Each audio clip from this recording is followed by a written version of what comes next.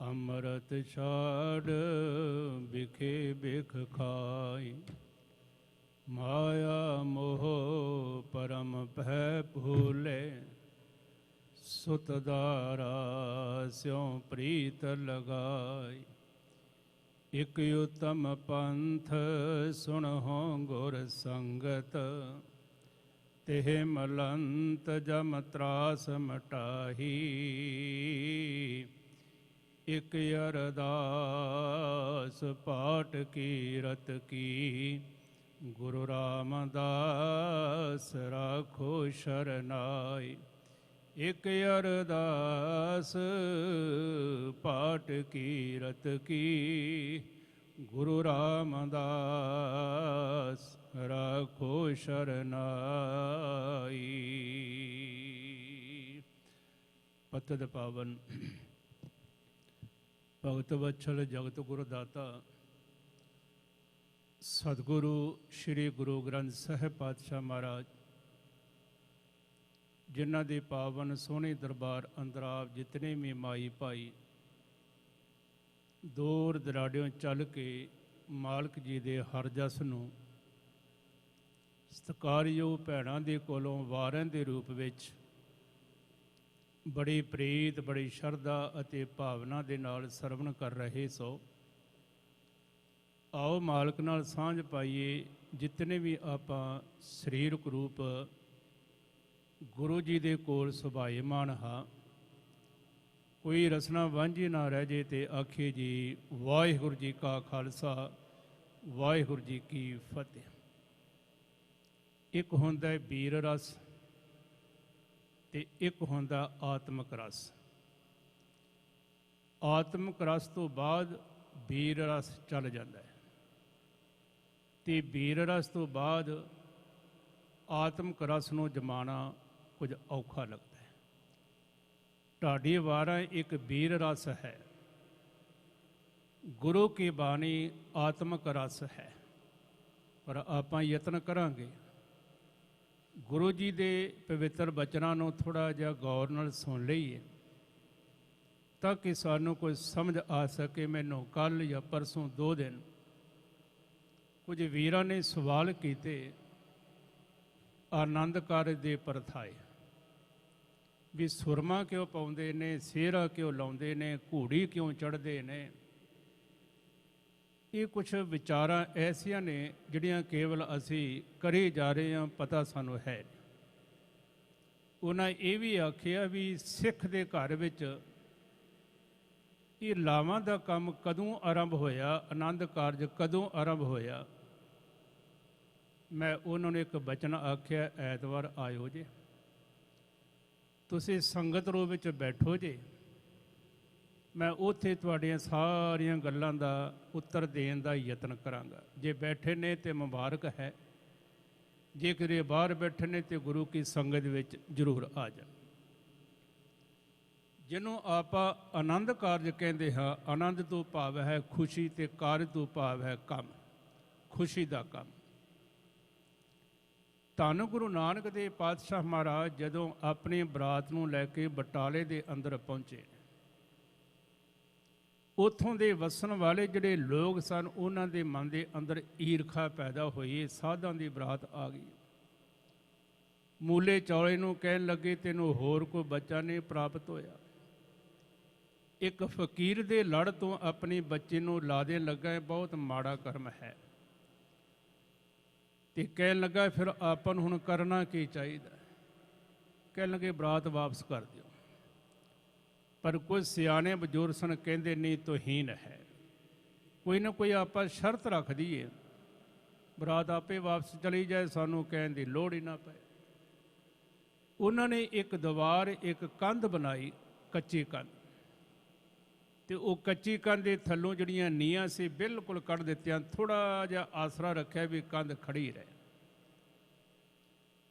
ਤੇ ਇਹ ਕੁਝ ਲੋਕ ਕਹਿਣ ਲੱਗੇ ਬਾਬਾ ਫਕੀਰ ਸਾਈਂ ਨਾਨਕ, ਇਹ ਸਾਡੇ ਨਗਰ ਦਾ ਇੱਕ ਰਿਵਾਜ ਹੈ ਵੀ ਜਿਹੜਾ ਵੀ ਦੁਲਹਾ ਇਸ ਪਿੰਡ ਦੀ ਲੜਕੀ ਨੂੰ ਵਿਆਹਣ ਵਾਸਤੇ ਆਉਂਦਾ ਪਹਿਲਾਂ ਉਹ ਕੰਧ 'ਤੇ ਬਹਿੰਦਾ, ਇੱਥੇ ਬੈਠ ਕੇ ਕੁਝ ਬਚਨ ਵਿਚਾਰ ਸਾਂਝੇ ਕੀਤੇ ਜਾਂਦੇ ਨੇ ਤੇ ਫਿਰ ਉਹਦਾ ਵਿਆਹ ਕੀਤਾ ਜਾਂਦਾ ਹੈ। ਸਾਹਿਬ ਕਹਿਣਗੇ ਕੋਈ ਗੱਲ ਨਹੀਂ। ਦਾਤਾ ਜੋ ਸਕੰਧ ਤੇ ਬਹਿ ਗਏ ਨੇ, ਤਮਾਸ਼ਗੀਰ ਵੇਖਣ ਵਾਲੇ ਕੋਲ ਖੜੇ ਨੇ, ਉਹ ਸੋਚ ਰਹੇ ਨੇ ਬਸ ਕੰਧ ਹੁਣੇ ਵੀ ਡਿੱਗੀ ਤੇ ਹੁਣੇ ਡਿੱਗੀ।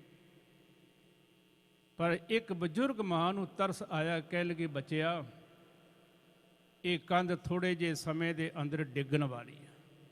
ਪੁੱਤਰ ਤੋਂ ਇੱਥੋਂ ਕੰਧ ਤੋਂ ਉੱਠ ਜਾ, ਸੱਟ ਲੱਗ ਜਾਏਗੀ, ਇਹ ਡਿੱਗ ਪੈਗੀ। ਸਾਹਿਬ ਕਹਿਣ ਲੱਗੇ ਮਾਂ ਦੁਨੀਆ ਦੇ ਬੜੇ ਬੜੇ ਵੱਡੇ ਮਹੱਲ ਡਿੱਗ ਸਕਦੇ ਨੇ, ਦੁਨੀਆ ਦੇ ਅੰਦਰ ਬੜੇ ਬੜੀਆਂ ਮਜ਼ਬੂਤ ਦੀਵਾਰਾਂ ਕੰਧਾਂ ਡਿੱਗ ਸਕਦੀਆਂ ਨੇ, ਪਰ ਮਾਂ ਰਹਿੰਦੀ ਦੁਨੀਆ ਤੱਕ ਇਹ ਜਿਹੜੀ ਕੰਧ ਹੈ ਨਾ ਕਦੀ ਡਿੱਗੇਗੀ ਨਹੀਂ। ਲੋਕ ਤੇ ਇਹਨੂੰ ਮੱਥਾ ਟੇਕਣ ਵਾਸਤੇ ਆਇਆ ਕਰਨਗੇ। ਹਕੀਕਤ ਹੈ। ਇੱਥੋਂ ਗੁਰੂ ਨਾਨਕ ਪਾਤਸ਼ਾਹ ਮਹਾਰਾਜ ਜੀ ਦਾ ਗ੍ਰਸਤੀ ਜੀਵਨ ਸ਼ੁਰੂ ਹੁੰਦਾ ਹੈ, ਕੰਧ ਤੋਂ। ਤੇ ਕੰਧ ਉੱਤੇ ਹੀ ਜਾ ਕੇ ਗੁਰੂ ਕਲਗੀਧਰ ਪਾਤਸ਼ਾਹ ਮਹਾਰਾਜ ਜੀ ਦੇ ਜਿਹੜੇ 2 ਬੱਚੇ ਨੇ, ਜਦੋਂ ਨੀਹਾਂ ਦੇ ਅੰਦਰ ਕੰਧ ਦੇ ਅੰਦਰ ਚਿਣੇ ਗਏ, ਗ੍ਰਸਤ ਜੀਵਨ ਉੱਥੇ ਜਾ ਕੇ ਤੇ ਸਮਾਪਤ ਹੋ ਗਿਆ। ਕੰਧ ਤੋਂ ਜੀਵਨ ਆਰੰਭ ਹੋਇਆ ਤੇ ਕੰਧ ਉੱਤੇ ਹੀ ਜਾ ਕੇ ਤੇ ਗ੍ਰਸਤੀ ਜੀਵਨ ਸਮਾਪਤ ਹੋ ਗਿਆ ਗੁਰੂਆਂ ਦੇ ਵੇਲੇ। ਇੱਕ ਬਰਲਿੰਗ ਦੇ ਅੰਦਰ ਵੀ ਕੰਧ ਹੈ ਯੂਰਪ ਵਿੱਚ, ਕੋਈ ਉਹਨੂੰ ਕੋ ਮੱਥਾ ਨਹੀਂ ਟੇਕਦਾ। ਇੱਕ ਕੰਧ ਚੀਨ ਦੀ ਹੈ, ਕੋਈ ਮੱਥਾ ਨਹੀਂ ਟੇਕਦਾ। ਪਰ ਇੱਕ ਕੰਧ ਬਟਾਲੇ ਦੀ ਹੈ, ਇੱਕ ਕੰਧ ਸਰਹੰਦ ਹੀ ਦੀ ਹੈ, ਲੋਕ ਦਿਨ ਰਾਤ ਉਹਨੂੰ ਮੱਥਾ ਟੇਕਦੇ। ਕੰਧ ਵਿੱਚ ਫਰਕ ਹੈ। ਆਖਰ ਹੁਣ ਪੰਡਤ ਨੇ ਵਿਚਾਰ ਕੀਤੀ ਵੀ ਕੰਧ ਕੋਲੋਂ ਤੇ ਇਹ ਬਾਬਾ ਨਾਨਕ ਬਚ ਗਿਆ। ਇਹਨੇ ਬੜਾ ਵੱਡਾ ਇੱਕ ਹਮਨ ਬਣਾਇਆ ਕਿ ਉਹ ਸਾੜੀ ਜਾ ਰਿਹਾ। ਬਾਬੇ ਨਾਨਕ ਨੂੰ ਕਹਿਣ ਲੱਗੇ ਨਾਨਕ ਆਓ ਬੈਠੋ, ਇੱਥੇ ਤੁਹਾਡੀਆਂ ਲਾਵਾਂ ਹੀ ਕਰਾਉਣੀਆਂ ਨੇ ਬੇਦੀ ਦੀ ਰੀਤ ਦੇ ਮੁਤਾਬਕ। ਸਤਿਗੁਰ ਜੀ ਕਹਿਣ ਲੱਗੇ ਠੀਕ ਹੈ, ਮੈਂ ਬੇਦੀਆਂ ਦੇ ਘਰ ਵਿੱਚ ਜਨਮ ਲਿੱਤਾ, ਪਰ ਮੇਰਾ ਅੱਗ ਗੁਰੂ ਨਹੀਂ। ਹਮੇਸ਼ਾ ਆਪਣੇ ਗੁਰੂ ਦੇ 4 ਚੁਫੇਰੇ ਪਰਿਕਰਮਾ ਕਰਨੀਆਂ ਚਾਹੀਦੀਆਂ ਨੇ। ਅੱਗ ਦਾ ਸੁਭਾਅ ਹੈ ਸਾੜ ਦੇਣਾ, ਤੇ ਜਿਹੜਾ ਸਾੜ ਦੇਵੇ ਉਹ ਗੁਰੂ ਕਾਹਦਾ ਹੋਇਆ। ਗੁਰੂ ਦਾ ਕਰਮ ਹੈ ਠਾਰ ਦੇਣਾ, ਸੜੇ ਹੋਏ ਹਿਰਦਿਆਂ ਨੂੰ ਠਾਰ ਦੇਣਾ, ਇਹ ਗੁਰੂ ਦਾ ਕਰਮ ਹੈ। ਤੇ ਕਹਿਣ ਲੱਗੇ ਮੇਰਾ ਗੁਰੂ ਉਹ ਹੈ ਜਿਹੜਾ ਸੜੇ ਹੋਏ ਹਿਰਦਿਆਂ ਨੂੰ ਠਾਰਦਾ ਹੈ, ਤੇ ਮੈਂ ਉਹਦੇ 4 ਚੁਫੇਰੇ ਪਰਿਕਰਮਾ ਕਰਾਂਗਾ। ਕਹਿਣ ਲੱਗੇ ਉਹ ਕੌਣ ਹੈ? ਸਤਿਗੁਰ ਜੀ ਕਹਿੰਦੇ ਕਾਗਜ਼ ਤੇ ਦਵਾਤ ਲਿਆਓ। ਲਿਆਂਦੀ। ਗੁਰੂ ਬਾਪੂ ਨੇ ਇੱਕ ਓਂਕਾਰ ਤੋਂ ਲੈ ਕੇ ਗੁਰਪ੍ਰਸਾਦ ਤੱਕ ਮੂਲ ਮੰਤਰ ਲਿਖਿਆ। ਇੱਕ ਚੌਂਕੀ ਬਣਾ ਦਿੱਤੀ ਗਈ, ਚੌਂਕੀ ਲਿਆਂਦੀ, ਉੱਤੇ ਕੱਪੜਾ ਵਿਛਾਇਆ।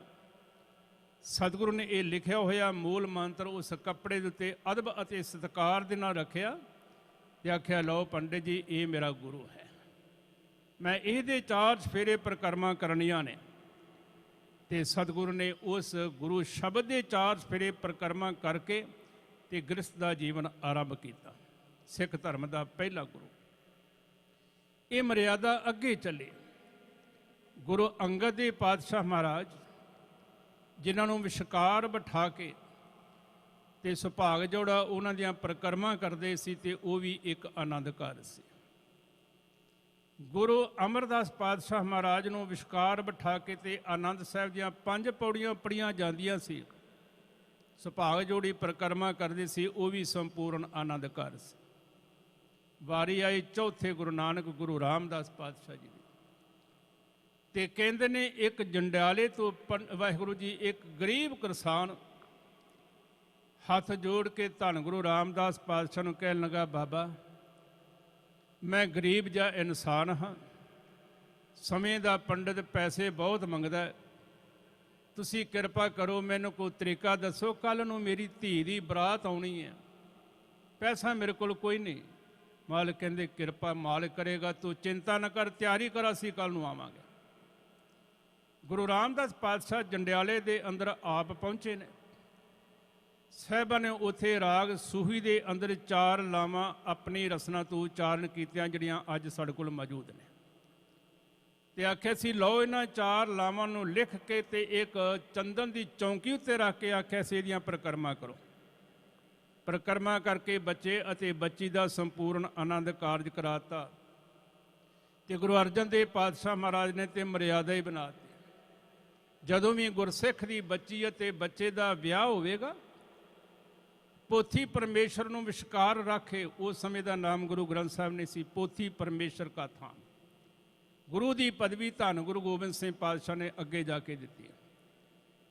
ਪੋਥੀ ਪਰਮੇਸ਼ਰ ਦੇ ਅੰਦਰ ਇਹ 4 ਲਾਵਾਂ ਲਿਖ ਦਿੱਤੀਆਂ ਤੇ ਸੁਭਾਗ ਜੋੜੀ ਜੀ ਇਹਦੇ 4 ਸਫੇਰੇ, 1 ਲਾਂ ਪੜੇਗੀ ਗੁਰੂ ਕਾ ਗ੍ਰੰਥੀ, 1 ਲਾਂ ਪੜੇਗਾ ਸੁਭਾਗ ਜੋੜੀ, ਉਸ 4 ਸਫੇਰੇ ਪਰਿਕਰਮਾ ਕਰੇਗੀ। ਇਸ ਤਰ੍ਹਾਂ 4 ਪਰਿਕਰਮਾ 4 ਲਾਵਾਂ ਨੂੰ ਪੜ੍ਹ ਕੇ ਸੁਣ ਕੇ ਤੇ ਜਦੋਂ ਗੁਰੂ ਦੀ ਤਾਬਿਆ ਬਹਿਣਗੇ ਉਸ ਸਮੇਂ ਇਹਨਾਂ ਦਾ ਆਨੰਦ ਕਾਰਜ ਸੰਪੂਰਨ ਹੋਵੇ। ਪਹਿਲਾ ਆਨੰਦ ਕਾਰਜ। ਦੂਸਰਾ ਵੇਖੋ, ਇਸਲਾਮ ਧਰਮ ਦੇ ਅੰਦਰ ਉਹ ਆਪਣੇ ਬੱਚਿਆਂ ਦੇ ਵਿਆਹ ਨੂੰ ਨਿਕਾਹ ਕਹਿੰਦੇ ਨੇ। ਨਿਕਾਹ ਤੇ ਨਿਕਾਹ ਦਾ ਅਰਥ ਹੁੰਦਾ ਸੌਦਾਬਾਜ਼ੀ। ਕਿੰਨੇ ਪੈਸੇ ਦਿਓਗੇ, ਦਾਜ ਵਿੱਚ ਕੀ ਕੁਛ ਦਿਓਗੇ। ਇੱਥੇ ਮੈਂ ਥੋੜ੍ਹਾ ਜਿਹਾ ਆਪਦਾ ਧਿਆਨ ਉਸ ਪਾਸੇ ਲਿਜਾਵਾਂ। ਇਹ ਸਾਰੇ ਰਿਵਾਜ ਜਿਹੜੇ ਨੇ ਉਹਨਾਂ ਲੋਕਾਂ ਦੇ ਅਸਨ ਵੀ ਲੈ ਲਏ ਨੇ। ਨਿਕਾਹ ਕੀਤਾ ਜਾਏਗਾ, ਇੰਨੇ ਪੈਸੇ ਦਿਓਗੇ, ਇੰਨੇ ਵਸਤੂ, ਇੰਨੇ ਪਦਾਰਥ ਦਿਓਗੇ ਤਾਂ ਇਹ ਨਿਕਾਹ ਹੋਵੇਗਾ। ਸੌਦੇਬਾਜ਼ੀ ਅੱਜ ਅਸੀਂ ਵੀ ਤਾਂ ਕਰ ਰਹੇ ਹਾਂ ਨਾ। ਦਾਜ ਵਿੱਚ ਕੀ ਕੁਛ ਦਿਓਗੇ, ਕਿੰਨੇ ਪੈਸੇ ਦਿਓਗੇ, ਕਾਰ ਕਿਹੜੀ ਦਿਓਗੇ, ਅਸੀਂ ਵੀ ਤਾਂ ਸੌਦਾਬਾਜ਼ੀ ਲੱਗ ਪਿਆ ਨਾ ਕਰਨ। ਇਹ ਇਸਲਾਮ ਧਰਮ ਦਾ ਰਿਵਾਜ ਆ, ਅਸਾਂ ਨੇ ਅਪਣਾ ਲਿਆ। ਬਾਕੀ ਰਹਿ ਗਈ ਈਸਾਈਆਂ ਦੀ ਗੱਲ, ਕ੍ਰਿਸਚਨ ਧਰਮ ਦੀ। ਉਹ ਬੱਚਾ ਤੇ ਬੱਚੀ ਨੂੰ ਚਰਚ ਵਿੱਚ ਲਿਜਾਂਦੇ ਨੇ, ਰਿੰਗ ਪਾਉਂਦੇ ਨੇ ਇੱਕ ਦੂਸਰੇ ਨੂੰ, ਉਹਨਾਂ ਦਾ ਉਹ ਸੰਪੂਰਨ ਵਿਆਹ। ਅਸੀਂ ਉਹ ਵੀ ਰਿਵਾਜ ਆਪਣੇ 'ਚ ਪਾ ਲਿਆ। ਅੱਜ ਰੰਗ ਸਰਾਮਣੀ ਹੈ ਜੀ, ਬੱਚੇ ਨੇ ਰਿੰਗ ਪਾਉਣੀ ਹੈ।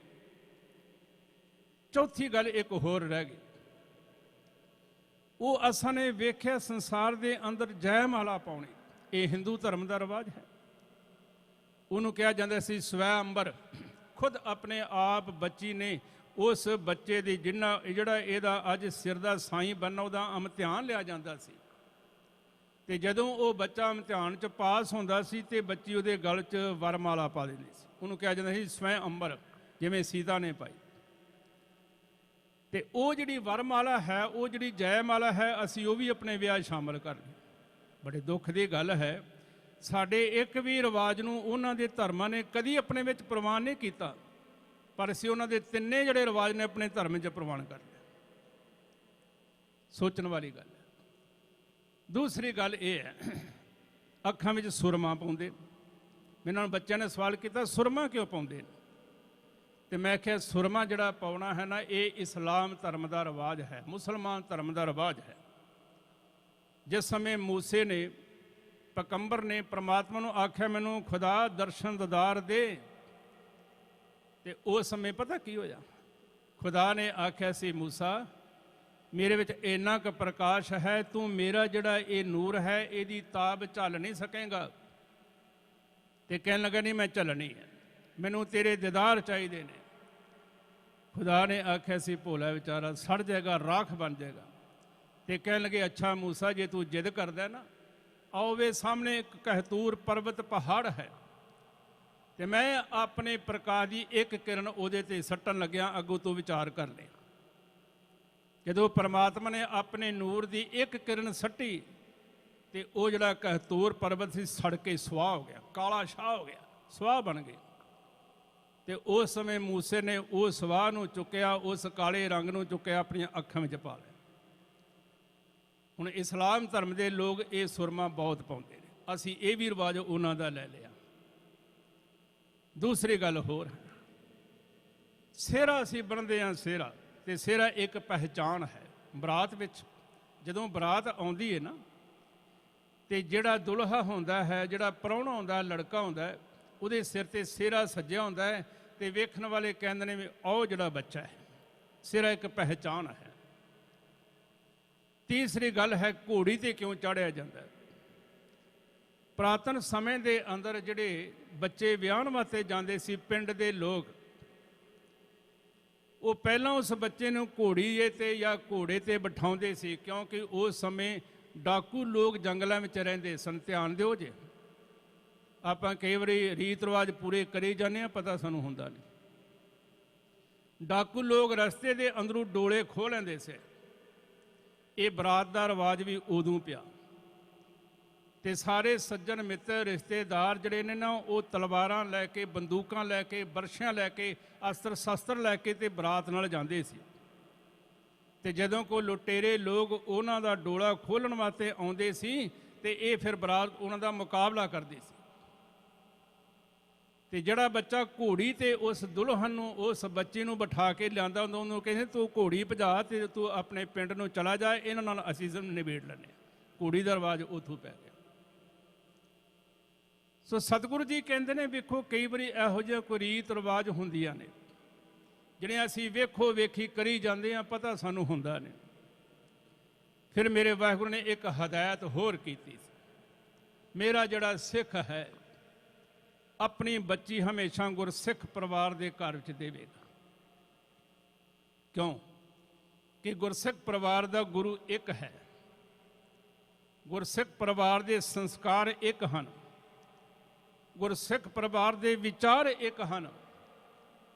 ਐਸਾ ਨਾ ਹੋਵੇ ਕਿਸੇ ਗੈਰ ਧਰਮ ਦੇ ਨਾਲ ਬੱਚੀ ਦਾ ਵਿਆਹ ਕਰ ਦਈਏ, ਉਹ ਆਖੇ ਮੈਂ ਮੰਦਿਰ ਜਾਣਾ, ਉਹ ਆਖੇ ਮੈਂ ਗੁਰਦੁਆਰੇ ਜਾਣਾ, ਝਗੜਾ ਪੈ ਗਿਆ ਨਾ। ਉਹ ਆਖੇ ਮੈਂ ਚਰਚ ਵਿੱਚ ਜਾਣਾ, ਉਹ ਆਖੇ ਮੈਂ ਮੰਦਿਰ ਵਿੱਚ ਜਾਣਾ, ਝਗੜਾ ਪੈ ਗਿਆ ਨਾ। ਤੇ ਮੇਰੇ ਬਾਜਾਂ ਵਾਲੇ ਨੇ ਇਸੇ ਕਰਕੇ ਫੈਸਲਾ ਪਹਿਲਾਂ ਹੀ ਕਰਤਾ ਸੀ, ਬੇਟੀ ਦੇਵੇ ਸਿੱਖ ਕੋ लेवे न किछ दाम, कहे गोबिंद सिंह नंद जी वो पहुंचे गुर के धाम। गुरु कलगीधर पातशाह दा बचन भी हमेशा मेरा जिहड़ा सिख है वो अपनी बच्ची सिख नूं देवे, ਉਹਦੀ मैं इत्थे भी बांह फड़ांगा ते अगे भी बांह फड़ांगा। जिहड़ा गुरु नानक पातशाह दे घर दी मर्यादा दे मुताबिक चलेगा, इत्थे भी मैं ਉਹਦਾ सहारा बनांगा, अगे भी सहारा बनांगा। ते इत्थों तक भी गवाही देती, जिहड़ा धर्म राज है ना वो मेरे सिख दे कोलों कोई हिसाब किताब भी नहीं मंगेगा। साहिबा ने आख्या सी, जटा झूठ मेरा सिख रहे, गोबिंद उसदी सदा सुध लहे। इत्थे उथे करा ध्यान, मेरा सिख दरगाह परवान। धर्म राय का लेखा निबड़िया, मेरा सिख कंचन होए उगड़िया। गुरु कलगीधर पातशाह महाराज ने आख्या सी, फिर करदार ऊंचा होना चाहिए, सिखा तेरा करदार ऊंचा होना चाहिए। करदार तो भाव है जीवन, जीवन ऊंचा होना चाहिए तेरा, तेरे जीवन को दाग ना लग जाए। इतिहास में पता लगता है रंगड़ा की ते सतगुरु के सिखां की लड़ाई हो गई, ते रंगड़ जिहड़े सन गुरु के सिखां तो हार गए, ते सिखां ने रंगड़ा की बच्ची नूं चुक लिया, डोले विच पा के चुक लिया। बाजां वाले नूं पता लग्या, कहन लगा डोला काहदा है? कहंदे रंगड़ा की बच्ची नूं चुक के लिआए। कहंदे खबरदार, तुहानूं किन्ने आख्या सी उन्हां दी बच्ची नूं चुक के लिआना? किन्ने समत दित्ती सी? कहंदे ने इहनूं बा अदब बा सत्कार मां गुजरी दे कोल लै जाओ। मां गुजरी दे कोल डोला पहुंचा दिता गया। सतगुरु जी शाम नूं घर विच गए, उस बच्ची दे सिर ते रहमत भरिया हथ रखिया, धीए ये गुरु नानक पातशाह दा घर है, इत्थे तैनूं कोई चिंता करन दी लोड़ नहीं। धीए तू मेरी धी है, मेरे सिखां दे कोलों बहुत वड्डी गलती हो गई, इस गल दी माफ़ी मैं मंगदा। ऐसा बाजा वाला कहंदे मैं माफ़ी मंगदा हाँ गुरसिखां दे वल्लों, तू चिंता ना कर, तैनूं शाम नूं तेरे घर च पहुंचाया जाएगा।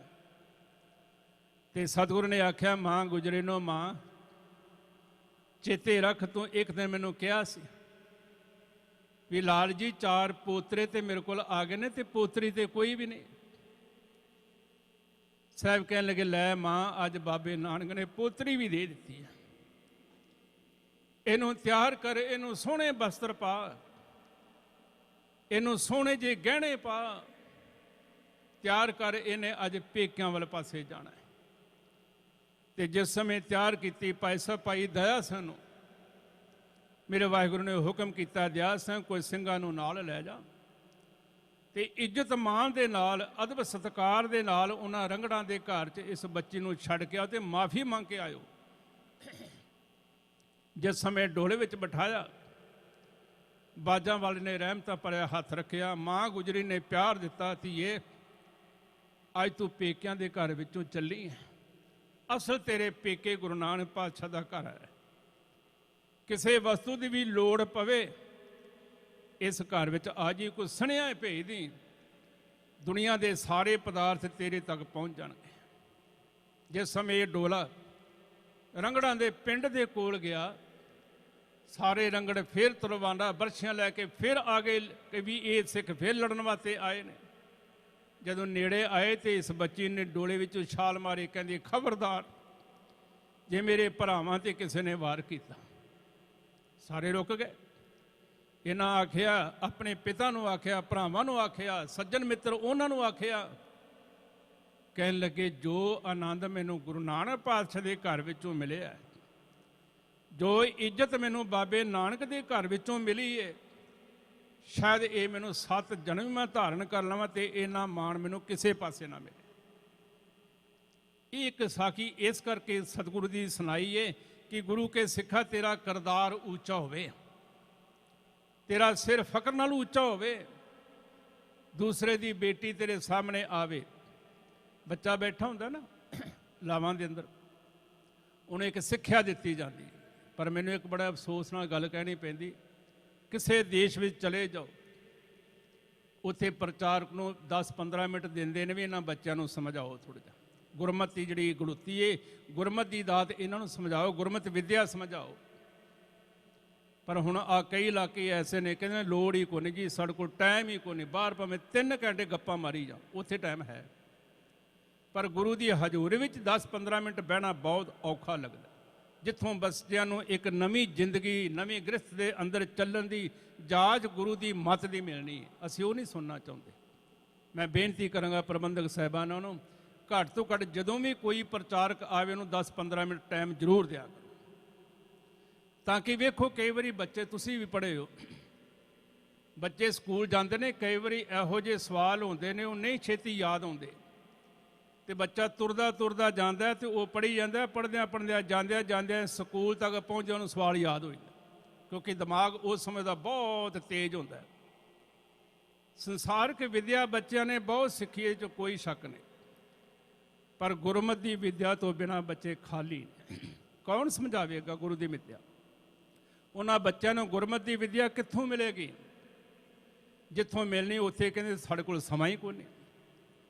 ਇਹ ਬੱਚਿਆਂ ਨਾਲ ਆਪਾਂ ਧੱਕਾ ਕਰਦੇ ਹਾਂ। ਨਹੀਂ, ਉਹਨਾਂ ਦੇ ਕੋਲ 10 ਮਿੰਟ ਬੈਠੋ, ਜਿਹੜਾ ਗੁਰੂ ਕਾ ਪ੍ਰਚਾਰਕ ਆਇਆ ਉਹਦੀਆਂ ਵਿਚਾਰਾਂ ਸੁਣੋ, ਬੱਚੇ ਸੁਣ, ਉਹਨਾਂ ਦੇ ਜ਼ਿੰਦਗੀ ਦੇ ਅੰਦਰ ਕਿਧਰੇ ਕੰਮ ਆਉਣਗੀਆਂ। ਤੇ ਬੱਚੇ ਨੂੰ ਆਖਿਆ ਜਾਂਦਾ ਹੈ, ਬੇਟਾ ਵੇਖ, ਅੱਜ ਤੋਂ ਪਹਿਲਾਂ ਜ਼ਿੰਦਗੀ ਦੇ ਅੰਦਰ ਤੂੰ ਜਿੰਨਾ ਵੀ ਜੀਵਨ ਬਤੀਤ ਕੀਤਾ ਆਪਣੀ ਮਰਜ਼ੀ ਦੇ ਮੁਤਾਬਕ, ਪਰ ਅੱਜ ਜਿਹੜਾ ਤੇਰਾ ਜੀਵਨ ਹੈ ਨਾ, ਗੁਰੂ ਦੀ ਮਰਜ਼ੀ ਦੇ ਮੁਤਾਬਕ ਆਰੰਭ ਹੋਣ ਲੱਗੇ ਹੈ, ਕਿਉਂਕਿ ਗੁਰੂ ਵਿਚੋਲਾ ਬਣਿਆ। ਅੱਜ ਤੁਸਾਂ ਨੇ ਗੁਰੂ ਨੂੰ ਹਾਜ਼ਰ ਨਾਜ਼ਰ ਸਮਝ ਕੇ 4 ਪਰਿਕਰਮਾ ਕੀਤੀਆਂ ਨੇ, ਤੇ ਤੈਨੂੰ ਗੁਰੂ ਨਾਨਕ ਪਾਤਸ਼ਾਹ ਦੇ ਘਰ ਵੱਲੋਂ ਇੱਕ ਹਦਾਇਤ ਹੈ ਕਿ ਤੁਹਾਡਾ ਗੁਰੂ ਸਭ ਤੋਂ ਪਹਿਲਾਂ ਅੱਜ ਧੰਨ ਸ਼੍ਰੀ ਗੁਰੂ ਗ੍ਰੰਥ ਸਾਹਿਬ ਹੈ। ਕਿਸੇ ਮੜੀ ਮਸਾਣੇ ਨੂੰ ਨਹੀਂ ਪੂਜਣਾ, ਕਿਸੇ ਗੁੱਗੇ ਦੀ ਪੀਰ ਨੂੰ ਨਹੀਂ ਪੂਜਣਾ, ਕਿਸੇ ਦੇਵੀ ਦੇਵਤਿਆਂ ਵਾਲੇ ਪਾਸੇ ਨਹੀਂ ਜਾਣਾ, ਕਿਸੇ ਪੰਡਤਾਂ ਬ੍ਰਾਹਮਣਾਂ ਦੀਆਂ ਗੱਲਾਂ ਵਾਲੇ ਪਾਸੇ ਧਿਆਨ ਨਹੀਂ ਦੇਣਾ। ਇਹਨਾਂ ਸਮੇਂ ਦੇ ਪੰਡਤਾਂ ਨੇ ਕਈਆਂ ਦੇ ਘਰ ਤਬਾਹ ਕਰਕੇ ਰੱਖ ਦਿੱਤੇ ਨੇ, ਝੂਠੇ ਵਹਿਮ ਪਾ ਪਾ ਕੇ ਘਰ ਤਬਾਹ ਕਰਦੇ। ਤੇ ਮੇਰੇ ਸਾਹਿਬ ਕਹਿੰਦੇ ਨੇ ਗੁਰੂ ਦੀ ਮੱਤ ਇਹ ਹੈ ਵੀ ਕਿਸੇ ਵੀ ਪੰਡਤ ਦੀਆਂ ਬਚਨਾਂ ਵਾਲੇ ਪਾਸੇ ਨਹੀਂ ਜਾਣਾ, ਕਿਉਂਕਿ ਗੁਰੂ ਕਲਗੀਧਰ ਪਾਤਸ਼ਾਹ ਨੇ ਹੁਕਮ ਕੀਤਾ ਹੋਇਆ, ਖਾਲਸਾ 239 ਸਾਲ ਲਾ ਕੇ ਮੈਂ ਤੇਰੇ ਮਨ ਦੇ ਅੰਦਰੋਂ ਭਰਮਾਂ ਨੂੰ ਦੂਰ ਕੀਤਾ ਹੈ, ਵਹਿਮਾਂ ਨੂੰ ਦੂਰ ਕੀਤਾ ਹੈ, ਤੇ ਮੈਂ ਫਖਰ ਨਾਲ ਕਹਿੰਦਾ ਤੂੰ ਅੱਜ ਮੇਰਾ ਰੂਪ ਬਣ ਗਿਆ। ਬਾਜਾਂ ਵਾਲੇ ਨੇ ਕਿਹਾ ਸੀ ਮੇਰਾ ਰੂਪ ਬਣ ਗਿਆ, ਮੇਰੇ ਵਿੱਚ ਤੇ ਤੇਰੇ ਵਿੱਚ ਕੋਈ ਫਰਕ ਨਹੀਂ, ਪਰ ਯਾਦ ਰੱਖੀ ਮੇਰੇ ਨਾਲ ਜੁੜਿਆ ਰਵੇਂਗਾ, ਜੋ ਕੁਛ ਤੂੰ ਮੰਗੇਗਾ ਮੈਂ ਤੈਨੂੰ ਦੇਵਾਂਗਾ। ਪਰ ਜਿਸ ਦਿਨ ਤੂੰ ਕਿਸੇ ਪੰਡਤ ਨਾਲ ਜੁੜ ਗਿਆ ਨਾ, ਜੋ ਕੁਛ ਮੈਂ ਤੈਨੂੰ ਦਿੱਤਾ ਮੈਂ ਤੇਰੇ ਕੋਲ ਖੋਹ ਵੀ ਲੈਣਾ, ਕਿਉਂਕਿ ਜੇ ਮੈਂ ਦੇ ਸਕਦਾ ਤੇ ਮੈਂ ਖੋਹ ਵੀ ਸਕਦਾ। ਤੇ ਸਾਹਿਬਾਂ ਨੇ ਲਿਖਤੀ ਰੂਪ ਵਿੱਚ ਆਖਿਆ ਸੀ, ਖਾਲਸਾ ਮੇਰੋ ਰੂਪ ਹੈ ਖਾਸ, ਖਾਲਸਾ ਮੈਂ ਹੋਂ ਕਰੋ ਨਵਾਸ, ਖਾਲਸਾ ਮੇਰੋ ਪਿੰਡ ਪਰਾਨ, ਖਾਲਸਾ ਮੇਰੀ ਜਾਨ ਕੀ ਜਾਨ, जब लग खालसा रहे न्यारा तब लग तेज दियो मैं सारा, जब ये गए विपरन की रीत मैं ना करो इनकी प्रति। जदों ये विपरन बामना की रीत रिवाज वाले पासे चले गए, मैं ना ते विश्वास नहीं करांगा। इत्थे थोड़ा जिहा ध्यान दिओ जे, आपां ने जदों बच्चों का ਕੋਈ ਦਿਨ ਕੱਢਣਾ ਵੇਖਣਾ ਹੋਵੇ ਨਾ ਵੀ ਕਿਹੜੇ ਦਿਨ ਚੰਗਾ। ਦਿਨ ਤੇ ਸਾਰੇ ਚੰਗੇ ਹੁੰਦੇ ਨੇ, ਦਿਨ ਕੋਈ ਮਾੜਾ ਨਹੀਂ ਹੁੰਦਾ। ਸਾਈ ਘੜੀ ਸੁਲੱਖਣੀ ਜਿਤ ਸਿਮਰਨ ਹਰ ਨਾਮ, ਉਹ ਘੜੀ ਤੇ ਭਾਗਾਂ ਵਾਲੀ ਜਿਸ ਘੜੀ ਵਿੱਚ ਚੇਤੇ ਆ ਜੇ ਸਤਨਾਮ ਸ਼੍ਰੀ ਵਾਹਿਗੁਰੂ। ਪਰ ਅਸੀਂ ਪੰਡਤਾਂ ਦੇ ਕੋਲੋਂ ਜੰਤਰੀਆਂ ਫਲਾਉਂਦੇ ਹਾਂ। ਤੁਸੀਂ ਵੇਖੋ ਦਿਨ ਚੰਗਾ ਕਿਹੜਾ। ਉਹ ਪੈਸੇ ਬਹੁਤ ਲੈਂਦੇ ਨੇ, ਫਿਰ ਉਹ ਤਰੀਕ ਕੱਢ ਕੇ ਦਿੰਦੇ। ਰਾਹੂ ਕੇਤੂ ਇੱਧਰ ਪਾਸੇ ਹੋ ਗਿਆ, ਸ਼ਨੀ ਵਿੱਚ ਆ ਰਿਹਾ ਸੀ, ਇੰਨੇ ਪੈਸੇ ਲੱਗਣਗੇ, ਉਹਨੂੰ ਪਾਸੇ ਕਰਨਾ। ਪੰਡਾਂ ਪੈਸੇ ਉੱਥੇ ਦੇ ਕੇ ਤੇ ਅਸੀਂ ਦਿਨ ਉਹਨਾਂ ਕੋਲ ਲੈ ਕੇ ਆਉਂਦੇ ਆ। ਨਹੀਂ ਗੁਰੂ ਕੇ ਪਿਆਰਿਓ, ਤੁਸੀਂ ਗੁਰਸਿੱਖ ਹੋ, ਗੁਰੂ ਦੇ ਕੋਲ ਆਓ। ਤੁਹਾਨੂੰ ਜਿਹੜਾ ਵੀ ਦਿਨ ਆਪਸ 'ਚ ਵਾਰਾ ਖਾਂਦਾ, ਛੁੱਟੀ ਦਾ ਦਿਨ ਵਾਰਾ ਖਾਂਦਾ, ਕੰਮਕਾਰ ਉਸਦੇ ਨਹੀਂ, ਤੁਸੀਂ ਆਣ ਕੇ ਗੁਰੂ ਕੇ ਗ੍ਰੰਥੀ ਕੋਲੋਂ ਅਰਦਾਸ ਕਰੋ, ਉਹ ਦਿਨ ਮੁਕਰਰ ਕਰ ਲਓ, ਦਿਨ ਪੱਕਾ ਕਰ ਲਓ, ਆਪੇ ਸਾਰੇ ਦਿਨ ਚੰਗੇ ਹੋ ਗਏ। ਦਿਨ ਕੋਈ ਨਹੀਂ ਮਾੜਾ ਹੁੰਦਾ। ਬੰਦੇ ਦੇ ਵਿਚਾਰ ਮਾੜੇ ਹੋ ਸਕਦੇ ਨੇ, ਦਿਨ ਕਦੀ ਨਹੀਂ ਮਾੜਾ ਹੋ ਸਕਦਾ। ਜਿਹਨੂੰ ਆਪਾਂ ਕਹਿੰਦੇ ਆ ਸ਼ਨੀ ਦੇਵ ਹੈ, ਮਾੜਾ ਦਿਨ, ਮੰਗਲਵਾਰ ਮਾੜਾ ਦਿਨ ਹੈ। ਜੇ ਮੰਗਲਵਾਰ ਸਾਡੇ ਘਰ 'ਚ ਪੁੱਤਰ ਪੈਦਾ ਹੋ ਜੇ ਤੇ ਕੀ ਆਖਾਂਗੇ? ਮਾੜਾ ਦਿਨ। ਕਹਾਂਗੇ ਇਹਦੇ ਵਰਗਾ ਤੇ ਦਿਨ ਹੀ ਕੋਈ ਨਹੀਂ। ਇਹ ਸਾਡੇ ਵਿਚਾਰਧਾਰਾ ਮਾੜੀ ਹੈ। ਗੁਰੂ ਦੇ ਬਣਾਏ ਹੋਏ ਦਿਨ ਕਦੀ ਮਾੜੇ ਨਹੀਂ ਹੋ ਸਕਦੇ। ਆਖਰ ਬੱਚੇ ਨੂੰ ਸਿੱਖਿਆ ਦਿੱਤੀ ਜਾਂਦੀ ਹੈ, ਪੁੱਤਰ ਅੱਜ ਤੱਕ ਤੂੰ ਆਪਣੀ ਮਰਜ਼ੀ ਦੇ ਮੁਤਾਬਕ ਆਪਣੀ ਜ਼ਿੰਦਗੀ ਨੂੰ ਜੀਇਆ, ਪਰ ਅੱਜ ਗੁਰੂ ਜੀ ਦੀ ਮਰਜ਼ੀ ਦੇ ਮੁਤਾਬਕ ਤੇਰਾ ਨਵਾਂ ਜੀਵਨ ਆਰੰਭ ਹੋਇਆ। ਜਦੋਂ ਵੀ ਤੈਨੂੰ ਕੋਈ ਲੋੜ ਪਵੇ, ਤੁਸਾਂ ਦੋਵਾਂ ਨੇ ਆਉਣਾ, ਇਸ ਗੁਰੂ ਦੇ ਚਰਨਾਂ ਵਿੱਚ ਅਰਦਾਸ ਕਰਨੀ ਹੈ, ਬੇਨਤੀ ਕਰਨੀ ਹੈ। ਇਹ ਤੁਹਾਡੀ ਬੇਨਤੀ ਸੁਣੇਗਾ, ਕਿਉਂਕਿ ਗੁਰੂ ਤੁਹਾਡਾ ਵਿਚੋਲਾ ਬਣ ਗਿਆ, ਤੁਹਾਡੀ ਬੇਨਤੀ ਨੂੰ ਸੁਣੇਗਾ। ਦੂਸਰੀ ਤੇਰੇ ਵਾਸਤੇ ਪੁੱਤਰ ਸਿੱਖਿਆ ਇਹ ਹੈ, ਅੱਜ ਤੋਂ ਬਾਅਦ ਦੂਸਰੇ ਦੀ ਧੀ ਤੇਰੇ ਸਾਹਮਣੇ ਆਵੇ, ਤੈਨੂੰ ਉਹਦੇ ਵਿੱਚ ਭੈਣ ਦਾ ਰੂਪ ਨਜ਼ਰ ਆਵੇ, ਧੀ ਦਾ ਰੂਪ ਨਜ਼ਰ 'ਚ ਆਵੇ। ਦੂਸਰੇ ਦੀ ਮਾਂ ਤੇਰੇ ਸਾਹਮਣੇ ਆਵੇ, ਉਹਦੇ ਵਿੱਚ ਤੈਨੂੰ ਆਪਣੀ ਮਾਂ ਦਾ ਰੂਪ ਨਜ਼ਰ ਆਵੇ। ਜਦੋਂ ਇਹ ਤੇਰੀ ਸੋਚ ਇੱਥੇ ਜਾ ਕੇ ਖੜੀ ਹੋ ਗਈ ਨਾ, ਤੇ ਮੇਰਾ ਬਾਜਾਂ ਵਾਲਾ ਕਹਿੰਦਾ ਫਿਰ ਮੈਂ ਕਹਾਂਗਾ ਮੇਰੀ ਰਹਿਤ ਬਹਿਤ ਵਿੱਚ ਮੇਰਾ ਸਿੱਖ ਪੂਰਾ ਉਤਰਿਆ। ਉੱਥੇ ਸਾਹਿਬਾਂ ਨੇ ਕਿਹਾ ਸੀ, ਪਰ ਬੇਟੀ ਕੋ ਬੇਟੀ ਜਾਣੇ, पर स्त्री को मात बखाने, अपनी स्त्री से रत होई, रहतवान गुरु का सिख सोई। आख्या असल च वो रहतवान गुरु का सिख है जिहड़ा दूसरे दी धी नूं अपनी धी समझे, दूसरे दी मां नूं अपने मां दे बराबर समझे। इहो जिहा सिख बाजा वाला कहंदा मैनूं बड़ा प्यारा लगदा, बहुत चंगा लगदा। धी नूं सिक्ख्या दित्ती जांदी, धीए अपनी मर्जी के नाल तू जिंदगी जी है, मुबारक है। पर अज जेदा तू पल्ला फड़िया ना, जेदा पल्ला फड़िया, पल्ले का अर्थ होंदा आसरा। वेखो आप ना इत्थे एक शब्द पढ़दे हां, पल्ले तैंडे लागी, हब्बे साख कुड़ावे, डिठे तो पल्ले टैंजे लागे।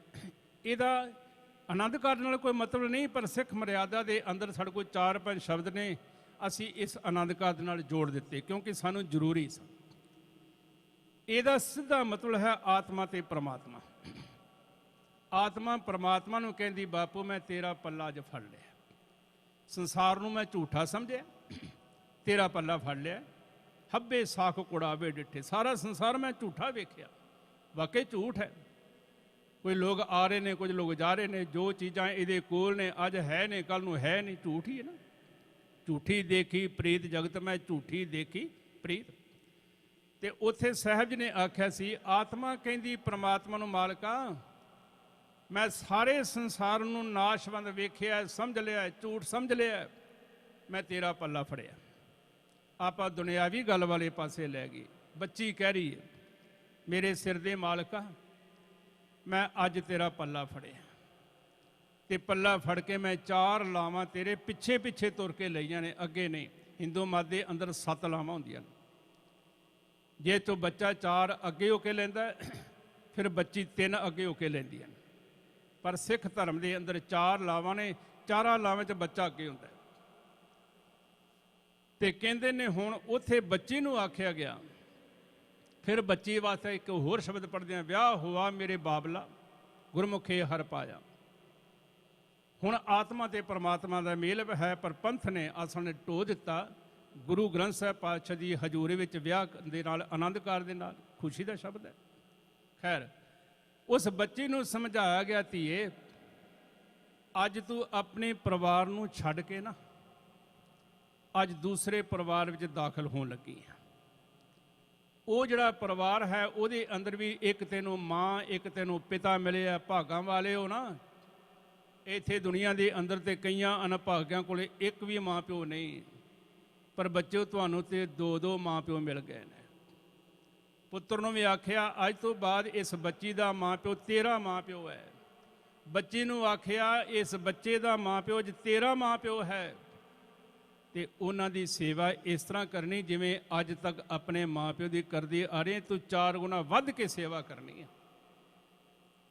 ਤੇ ਕੁਝ ਗੱਲਾਂ ਤੇਰੇ ਪੱਲੇ ਬੰਨਣ ਲੱਗੇ ਆ।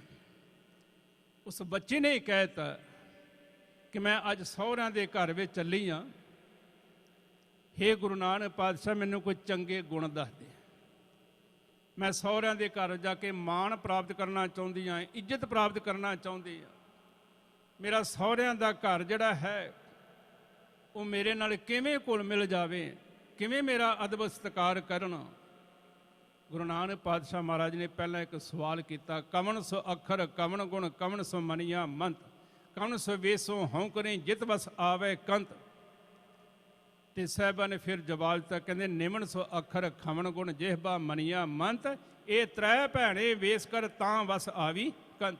ਪੁੱਤਰ 3 ਗੱਲਾਂ ਜ਼ਿੰਦਗੀ 'ਚ ਯਾਦ ਰੱਖੇ।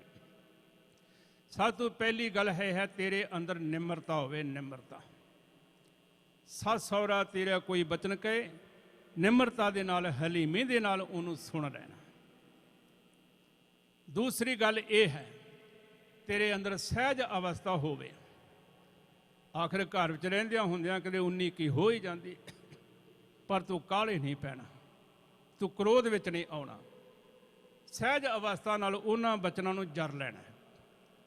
ਉਹ 'ਚ ਭਾਵੇਂ ਤੇਰਾ ਕਸੂਰ ਹੋਵੇ ਤੇ ਭਾਵੇਂ ਨਾ ਜਰ ਲੈ। ਤੇ ਕਹਿਣ ਲੱਗੀ ਫਿਰ ਜੇ ਮੈਂ ਜਰ ਗਈ ਤੇ ਮੇਰੇ ਮਾਲਕ ਨੂੰ ਪਤਾ ਕਿਵੇਂ ਲੱਗੇਗਾ। ਤੇ ਸਾਹਿਬ ਕਹਿਣ ਲੱਗੇ ਜਦੋਂ ਕਿਤੇ ਤੁਸੀਂ ਪਿਆਰ ਵਿੱਚ ਬੈਠੋ ਹੋ ਨਾ ਦੋਵੇਂ ਜੀ, ਉਦੋਂ ਉਹਨੂੰ ਕਹੀ ਮਾਲਕਾ ਜਿਸ ਗੱਲ ਤੋਂ ਤੁਸਾਂ ਨੇ ਮੈਨੂੰ ਤਾੜਿਆ ਸੀ ਕਿ ਮੇਰਾ ਉਹਦੇ 'ਚ ਕਸੂਰ ਹੈ, ਉਹ ਆਖੇਗਾ ਨਹੀਂ ਬਿਲਕੁਲ ਤੇਰਾ ਕਸੂਰ ਨਹੀਂ। ਉਦੋਂ ਆਪਣੀ ਗਲਤੀ ਉਹ ਮੰਨ ਲਏਗਾ, ਆਪਣੇ ਮਾਂ ਪਿਓ ਦੀ ਵੀ ਗਲਤੀ ਮੰਨ ਲਏਗਾ। ਪਰ ਜੇਕਰ ਤੂੰ ਅੱਗੋਂ ਬਹਿਸਣਾ ਸ਼ੁਰੂ ਕਰਤਾ ਘਰ 'ਚ ਕਲੇਸ਼ ਪੈ ਜਾਏਗਾ। ਸਹਿਜ ਅਵਸਥਾ ਰੱਖੀ ਅੰਦਰ, ਸਹਿਜ ਅਵਸਥਾ ਜਰ ਜਾਈ ਸਭ ਕੁਝ। ਤੇ ਜਿਹੜੀ ਧੀ ਜਰ ਜਾਂਦੀ ਸਾਜਾਂ ਨੂੰ ਵਸ ਜਾਂਦੀ, ਤੇ ਜਿਹੜੀ ਨਹੀਂ ਨਾ ਜਰਦੀ ਟੈਚੀ ਪਹਿਲਾਂ ਹੀ ਤਿਆਰ ਹੁੰਦੀ ਹੈ। ਘਰ ਵਿੱਚ ਜੰਦਰਾ ਮਾਰ ਕੇ ਪੇਟੀ ਨੂੰ ਤੋੜਦੇ ਨੇ, ਖੋਲੀ ਨਾ ਜਾ ਕੇ ਸਹੁਰਿਆਂ ਦੇ ਭਾਂਡੇ ਵਰਤੀ, ਆਪਣੇ ਨਾ ਖੋਲੀ, ਪਹਿਲਾਂ ਹੀ ਸਿੱਖਿਆ ਘਰ ਵਿੱਚ ਮਿਲ ਜਾਂਦੀ। ਤੇ ਸਿਆਣੀ ਧੀ ਕਹਿੰਦੀ ਹੈ ਫਿਰ ਦਿੱਤੇ ਕਾਹਦੇ ਵਾਸਤੇ ਜੇ ਵਰਤਣੇ ਨਹੀਂ ਤੇ। ਤੇ ਉਹ ਹੁਣ ਟੈਚੀ ਪਹਿਲਾਂ ਹੀ ਤਿਆਰ ਹੋਈ, ਮਾੜੀ ਜੀ ਉੱਕਾ ਦਿਕੜੀ ਹੋਈ ਪਰਿਵਾਰ ਵਿੱਚ, ਚੱਕੀ ਟੈਚੀ ਘਰ ਨੂੰ। ਤੇ ਅੱਗੋਂ ਮਾਂ ਪਿਓ ਵੀ ਉਹੋ ਜਿਹੇ ਹੁੰਦੇ ਨੇ, ਉਹ ਕਹਿੰਦੇ ਕੋਈ ਗੱਲ ਨਹੀਂ ਆ ਜਾ ਜੀ ਸਦਕੇ, ਹੁਣ ਆਉਣਗੇ ਨਾ ਫਿਰ ਵੇਖਾਂਗੇ। ਪੈ ਗਿਆ ਨਾ ਕਲੇਸ਼, ਝਗੜਾ ਵੱਧ ਗਿਆ। ਫਿਰ ਅਦਾਲਤਾਂ ਤੱਕ ਝਗੜੇ ਜਾਂਦੇ ਨੇ, ਅਦਾਲਤਾਂ ਤੱਕ। ਤੇ ਜਿਹੜੇ ਕੁੜਮਾਂ ਨੂੰ ਫੁੱਲਾਂ ਦੇ ਹਾਰ ਗਲ ਵਿੱਚ ਪਾ ਕੇ ਤੇ ਗਲਵਕੜੀ ਪਾਈ ਹੁੰਦੀ ਏ, ਉਹ ਅਦਾਲਤਾਂ ਵਿੱਚ ਜਾ ਕੇ ਫਿਰ ਧੱਕੇ ਖਾਂਦੇ ਨੇ, ਕਿਉਂਕਿ ਉਹਨਾਂ ਨੇ ਗੁਰੂ ਦੇ ਸ਼ਬਦ ਨੂੰ ਸਮਝਿਆ ਨਹੀਂ। ਸਾਹਿਬ ਨੇ ਆਖਿਆ ਸੀ ਸਤ ਸੰਤੋਖ ਕਰ ਭਾਓ, ਕੁੜਮ ਕੁੜਮਾਈ ਆਇਆ ਬਲਰਾਮ ਜੀਓ। ਕੁੜਮਾਂ ਦੇ ਅੰਦਰ ਸਤ ਹੋਵੇ, ਸੰਤੋਖ ਹੋਵੇ ਤੇ ਭਾਓ ਪਿਆਰ ਹੋਵੇ। 3 ਗੱਲਾਂ ਜਿਨ੍ਹਾਂ ਕੁੜਮਾਂ ਵਿੱਚ ਹੋਣਗੀਆਂ, ਖਿਮਾ ਕਰਨਾ ਉਹਨਾਂ ਦੇ ਘਰ 'ਚ ਕਦੀ ਕਲੇਸ਼ ਨਹੀਂ ਪਏ, ਹਮੇਸ਼ਾ ਖੁਸ਼ ਰਹਿਣਗੇ, ਬੱਚੇ ਵੀ ਖੁਸ਼, ਕੁੜਮ ਵੀ ਖੁਸ਼। ਤੇ ਸਿਆਣਾ ਪਿਓ ਜਾਣ ਲੱਗਿਆ ਇੱਕ ਗੱਲ ਕਹਿੰਦਾ, ਧੀਏ ਅਸੀਂ ਇੱਕ ਦੂਸਰੇ ਨੂੰ ਹਾਰ ਪਾ ਕੇ ਮਿਲੇ ਹਾਂ, ਤੇ ਵਾਸਤਾ ਰੱਬ ਦਾ ਕੋਈ ਇਹੋ ਜਿਹੇ ਬਚਨ ਨਾ ਬੋਲ ਬੈਠੀ ਸਾਡੇ ਹਾਰ ਇਹ ਲੱਥ ਜਾਣ ਤੇ ਜੁੱਤੀਆਂ ਦੇ ਹਾਰ ਗਲ 'ਚ ਪੈ ਜਾਣ। ਇਹੋ ਜਿਹਾ ਕਰਮ ਨਾ ਕਰ ਬੈਠੀ, ਕਿਉਂਕਿ ਤੁਸਾਂ ਨੇ ਸਾਡੇ ਪਿਆਰ ਨੂੰ ਵਧਾਉਣਾ ਹੈ ਤੇ ਤੁਸਾਂ ਨੇ ਘਟਾਉਣਾ ਹੈ। ਜੇ ਦੋਵੇਂ ਜੀ ਲੜਦੇ ਰਹੋਗੇ ਤੇ ਕੁੜਮਾਂ ਦੀ ਨਫ਼ਰਤ ਬਣ ਗਈ, ਦੁਸ਼ਮਣੀ ਬਣ ਗਈ। ਤੇ ਜੇ ਦੋਵੇਂ ਜੀ ਪਿਆਰ ਨਾਲ ਰਵੋਗੇ ਤੇ ਕੁੜਮਾਂ ਦਾ ਵੀ ਪਿਆਰ ਵਧੀ ਜਾਏਗਾ ਨਾ। ਜਦੋਂ ਕੁੜਮ ਘਰ ਆਉਣਗੇ ਉਹਨਾਂ ਨੂੰ ਚਾਹ ਚੜ੍ਹ ਜਾਏਗਾ ਮੇਰੇ ਕੁੜਮ ਆਏ ਨੇ। ਮੈਂ ਸਮਾਪਤੀ ਕਰਾਂ। ਸੋ ਬੱਚੀ ਨੂੰ ਆਖਿਆ ਗਿਆ ਸੀ ਸਹਿਜ ਅਵਸਥਾ ਰੱਖੀ, ਮਨ ਵਿੱਚ ਨਿਮਰਤਾ ਰੱਖੀ, ਰਸਨਾ ਤੇ ਮਿੱਠੇ ਬੋਲ ਬੋਲੀ। ਨਿਮਨ ਸੋ ਅੱਖਰ ਖਮਨ ਗੁਣ ਜਿਹਬਾ ਮਨੀਆ ਮੰਤ, ਇਹ ਤ੍ਰੈ ਭੈਣੇ ਵੇਸ ਕਰ ਤਾਂ ਵਸ ਆਵੀ ਕੰਤ। ਪੁੱਤਰ ਮਿੱਠਾ ਬੋਲੀ, ਸਹਿਜ ਅਵਸਥਾ ਰੱਖੀ, ਨਿਮਰਤਾ ਮਨ ਦੇ ਅੰਦਰ ਰੱਖੀ, ਤੇਰਾ ਘਰ ਇੱਕ ਸਵਰਗ ਬਣ ਜਾਏਗਾ, ਸਵਰਗ। ਸਤਿਗੁਰੂ ਜੀ ਕਿਰਪਾ ਕਰਨ, ਅਸੀਂ ਆਪਣੀਆਂ ਬੱਚੀਆਂ ਨੂੰ ਵੀ ਇਹੋ ਹੀ ਸਿੱਖਿਆ ਦਈਏ। ਅਸੀਂ ਗੁਰੂ ਗ੍ਰੰਥ ਸਾਹਿਬ ਪਾਤਸ਼ਾਹ ਨੂੰ ਆਪਣਾ ਮੁਰਸ਼ਦ, ਆਪਣਾ ਗੁਰੂ ਸਮਝੀਏ। ਜਿਹੜਾ ਵੀ ਕੰਮ ਸ਼ੁਰੂ ਕਰਨਾ ਹੈ ਇਸ ਗੁਰੂ ਕੋਲੋਂ ਪੁੱਛ ਕੇ ਸ਼ੁਰੂ ਕਰੀਏ। ਗੁਰੂ ਫਿਰ ਗਵਾਹ ਬਣ ਜਾਂਦਾ ਹੈ। ਜੇ ਜਦੋਂ ਗੁਰੂ ਗਵਾਹ ਬਣ ਗਿਆ ਫਿਰ ਜ਼ਿੰਦਗੀ ਦੇ ਅੰਦਰ ਕਦੀ ਕੋਈ ਰੁਕਾਵਟ ਨਹੀਂ ਆਉਂਦੀ। ਸਾਰੇ ਕੰਮ ਇਹ ਸਾਰੇ ਆਪਣੇ ਕੰਮ ਨਹੀਂ ਰਹਿੰਦੇ, ਇਹ ਸਾਰੇ ਕੰਮ ਗੁਰੂ ਦੇ ਬਣ ਜਾਂਦੇ ਨੇ। ਇਹਨੇ ਇੱਕ ਬਚਨ ਪ੍ਰਵਾਨ ਕਰ ਲੈਣੇ। ਹੋਈਆਂ ਭੁੱਲਾਂ ਦੀ ਖਿਮਾ। ਸਤਿਗੁਰੂ ਜੀ ਕਿਰਪਾ ਕਰਨ, ਤੁਹਾਡਾ ਸਾਡਾ ਆਇਆ ਹੋਇਆ ਸਮਾਂ ਸਫਲ ਹੋਇਆ ਹੈ। ਮੈਂ ਉਹਨਾਂ ਵੀਰਾਂ ਨੂੰ ਬੇਨਤੀ ਕਰਾਂ ਜਿਨ੍ਹਾਂ ਸਵਾਲ ਕੀਤੇ ਸੀ, ਸੁਣ ਲਏ ਹੋਣਗੇ। ਜੇ ਫਿਰ ਵੀ ਕੋਈ ਕਮੀ ਰਹਿ ਗਈ ਹੋਈ ਤਾਂ ਤੁਸੀਂ ਮੈਨੂੰ ਪੁੱਛ ਸਕਦੇ ਹੋ। ਇਸੇ ਤਰ੍ਹਾਂ ਮਾਰਗ ਦੇ ਚਰਨਾਂ ਨਾਲ ਜੁੜੋ, ਪਰਮੇਸ਼ਰ ਦੀ ਦੱਸੀ ਹੋਈ ਗੁਰੂ ਮਰਿਆਦਾ ਦੇ ਮੁਤਾਬਿਕ ਚੱਲੋ, ਤਾਂ ਕਿ ਸਾਡਾ ਇੱਕ ਇੱਕ ਜੀਵਨ ਦਾ ਦਿਨ ਸੁੱਖਾਂ ਦਾ, ਖੁਸ਼ੀਆਂ ਤੇ ਖੇੜਿਆਂ ਭਰਿਆ ਬਤੀਤ ਹੋਵੇ ਜੀ। ਵਾਹਿਗੁਰੂ ਜੀ ਕਾ ਖਾਲਸਾ, ਵਾਹਿਗੁਰੂ ਜੀ ਕੀ ਫਤਿਹ। ਸ੍ਰੀ ਵਾਹਿਗੁਰੂ।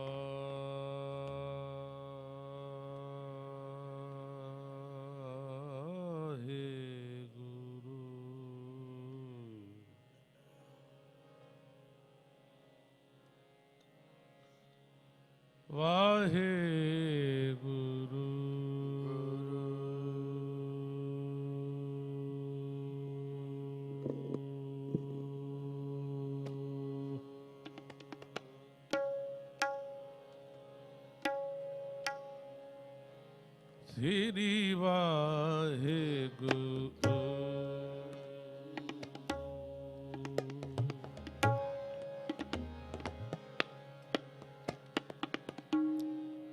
ਡੰਡੌਤ ਬੰਦਨ ਅਨਕ ਵਾਰ,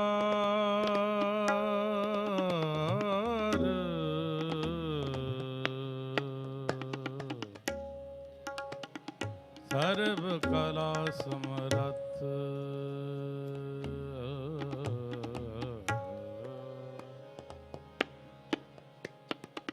ਡੋਲਨ ਤੇ ਰਾਖੋ ਪ੍ਰਭੂ,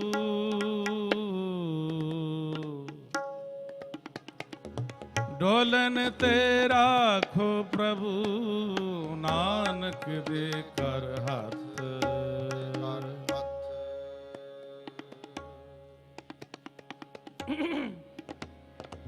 ਡੋਲਨ ਤੇ ਰਾਖੋ ਪ੍ਰਭੂ,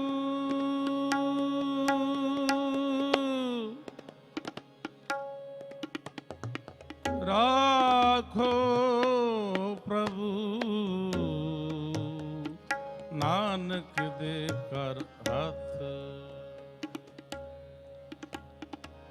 ਦੀਨ ਦਰਦ ਦੁਖ ਭੰਜਨਾ,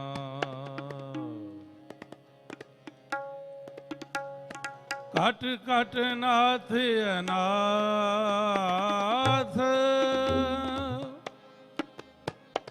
ਘਟ ਘਟ ਨਾਥ ਅਨਾਥ, शरण तुम्हारी आयो।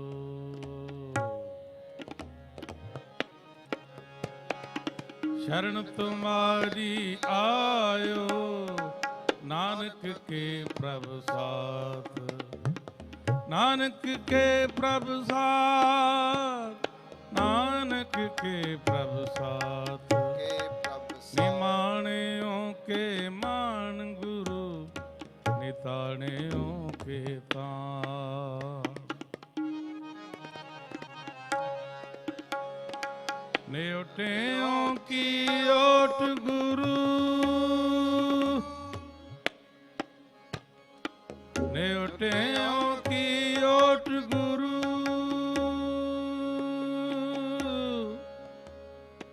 निआसरियों के आसरा, आनंद गुणी निदान, गुरु गरीबन वाज, गुरु गरीबन वाज,